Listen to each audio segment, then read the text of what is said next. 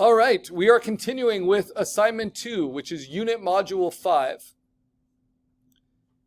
It is doing creature design concepts. And in unit 5, we have question of the day 2 on intellectual property and copyright protections. We have past examples where we saw the sketches and then ideas for what kind of reference to use for the sketches. And it's trying to get you focused on this heavy black outline here, the silhouette, the shape of the creature, so that you pick a shape and a pose for it that activates all of that anatomy. That's not just facing forward or straight profile, because that's going to yield a much more dynamic and interesting creature design. Whether it's land, sea, or air, or something else. Pixabay is going to be our best resource for finding some sources, but before we start looking for sources, we want to have our sketch, and our sketch can be inspired by good concept sketches that show activated anatomy in their silhouettes. And Pokemon are a good option for that, for cute characters, for intimidating characters, for silly characters. The only ones that aren't that useful for this are the ones that are spherical in design, because a sphere is a static shape and there's not a whole lot you can do with it, right? So in this example, you can see where I found the collarbone, the rib cage, the pelvis, and the cranium.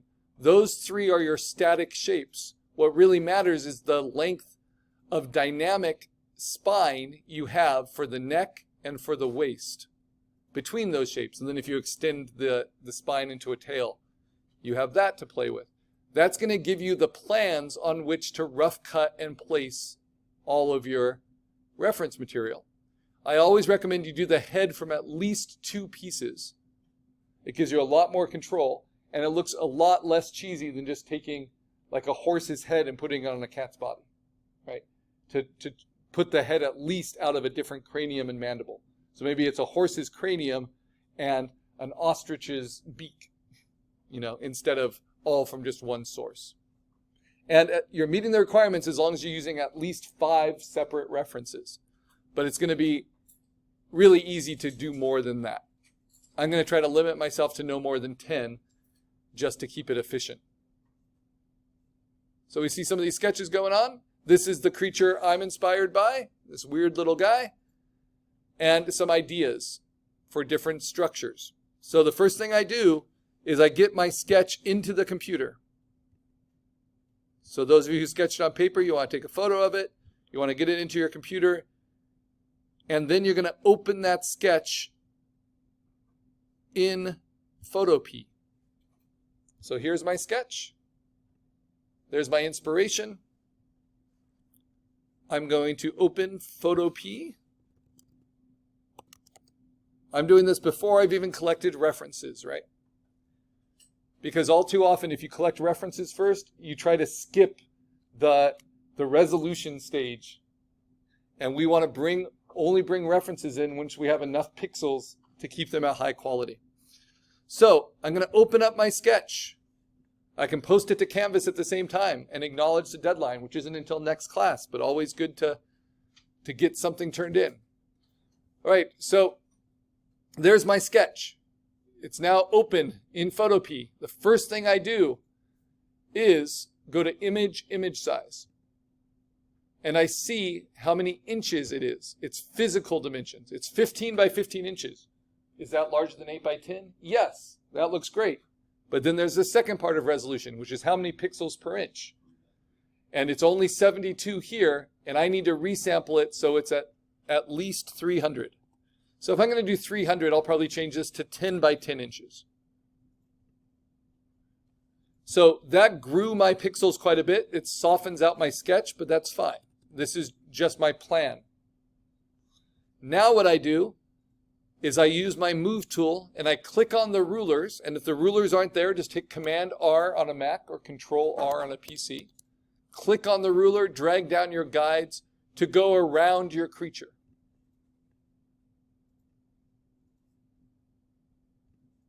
So as you're sketching, you know the basic size you want to aim for. As long as it's not smaller than this, you're fine when you composite all your pieces.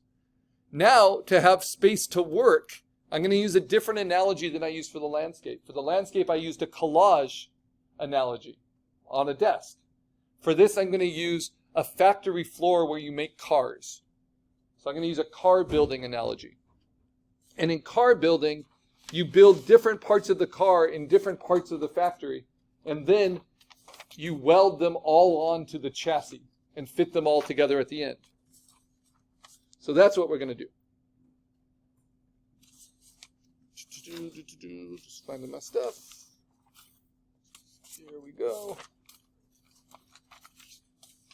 All right, so we need the factory floor. These are our plans for the creature we want to build, but we're going to give ourselves a factory floor around it. So we're going to build around these plans with canvas size. And we're going to go in inches, and I'm going to make it 30 by 40 inches, just like we did with our landscape. Growing from the center, relative unchecked. So now I've got all this empty space. I'm going to make a new layer, put it behind my sketch, and say edit fill with gray under the edit fill options. It's just easier on the eyes. Okay, now if I check my image size, because I grew my canvas, it's 30 by 40 inches by 300, and my sketch appears pretty sizably in the middle with a really chunky gray frame around it. Right? This is the center of the factory floor. It's where we'll be putting all the pieces of our creature together, but this gives us space to build the different parts. Now that I have the right pixel dimensions, I can start finding references. And this, now that I have multiple layers, I can save this. You don't want to leave it as new project. That means it hasn't been saved. You want to say File, Save as PSD. And then you always name your files with your name. I was telling the morning class about an art director I worked with that would fire freelancers that didn't have their names in their files when they were sent. That's just like turning in a term paper without any name on it, right? So you need to be, because we're using shared computers, obviously, but it's like having your food in the fridge and not labeling it. So you need to get into the habit of naming your files with your name, even if you don't do that on your personal computer. So I'm going to put my name and then a description. So this is assignment 2, and this is my zipper rumper zoo. So let's call it zipper.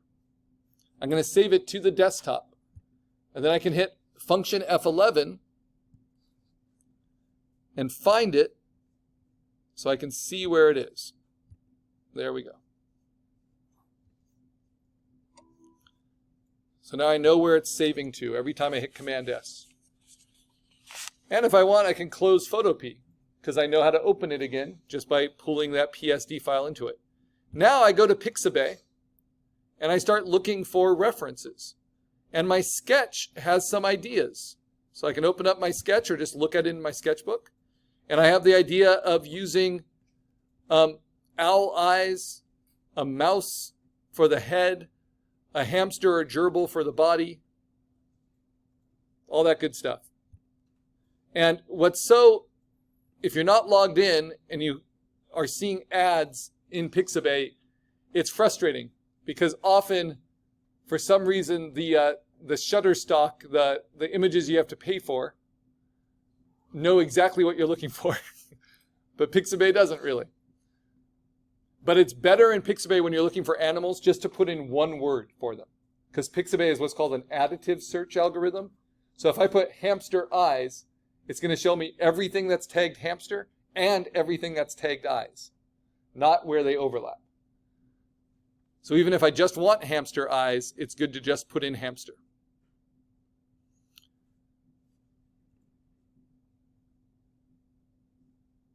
Because I really like those feet, but they're going to make me pay for it. So let's see. But I've got a pretty good one here. Pretty good feet. Let's see if they're in focus. Because a lot of these animal photos that are on Pixabay, they're high resolution, but usually it's about being in focus on the head, not on the rest of the body. And this one does look like it's pretty good. So I'm going to download it. Without logging in, I can do the second to highest resolution, which will still be big enough, bigger than 1,000 pixels in each dimension. It goes to my downloads folder. And then I can move it onto the desktop or into my assignment folder. So I have assignment 2 and I have a reference folder. And this is the way I like to do it because it's easy to remember. I make a folder for heads, shoulders, knees, and toes. It reminds me I need multiple components. So this one I'm actually interested in for the knees because I really like these joints. And I can zoom in and see if they're in focus. And it's not terrible. It's pretty good. Because I might just use those feet and those knees for my zipper-rumper-zoo. So I'm going to move that reference into the knees. Now I've already downloaded a few. I also found this one. I liked this one because the feet were really in focus. This is also from Pixabay.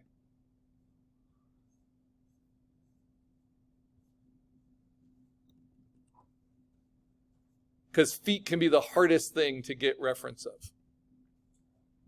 Don't worry about the color, worry about the angle. And remember, we can always flip things.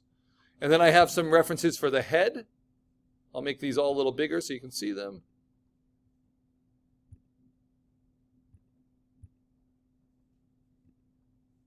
I've got the mustache I want. I've got the snout I want. I'm using a mandible from a horse. I've got some eye options. I like these owl eyes here, the bright orange. I like the ears of this pig.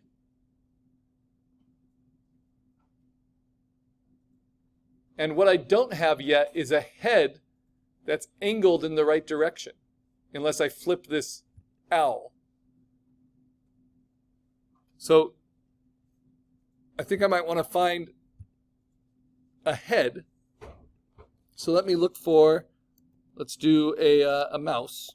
Well, let's do something cuter. Let's do like a raccoon. On, right there, I've got a nice head angled at the exact way of my sketch. Right? So you need something that shows your cranium. The angle of your cranium. Now that I have that, I can get started bringing references into my Photopea file.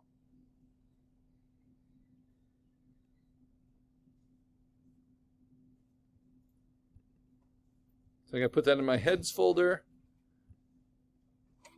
And now we're off to the races. So I'm in Photopea. The analogy of building a car. What do you think is the most important part to build for a car? The engine, right? Ferraris are really expensive. That's because Ferraris, the engines are always hand-built. They're not machine-built. So they build the engine first. They make sure the engine is working well before they weld it into a chassis and do all the body work and put the radiator on and do all the other stuff, right? The focal point of a character is the head. So we need to get the head right before we can do the rest. So I'm going to use my head references, starting with that one I just downloaded, to get the angle of the head right. And I'm just going to bring them in. So I'm going to bring in my cranium reference. And because it's Pixabay, it's really big. Bring it to the top. I can lock my background layer with this padlock, and I can lock my sketch. So now I'm going to immediately rough cut from this. You're going to rough cut from every layer because we want to be able to rasterize it. But you want to rough cut, just like we did with our landscape, with lots of overlap. So I want to rough cut where those ears come out. And I want to rough cut around this mouth and those whiskers, even though there's going to be a mustache and a different mouth. And I want to rough cut around those cheeks and get as much overlap as I can with other parts of the anatomy. And then I hit Command J. It duplicates it to a new layer. And then I can delete the smart object. I don't need to keep the smart objects because they take up a lot of memory. And now I can immediately hit Option Command T, which is free transform, or just click on edit free transform.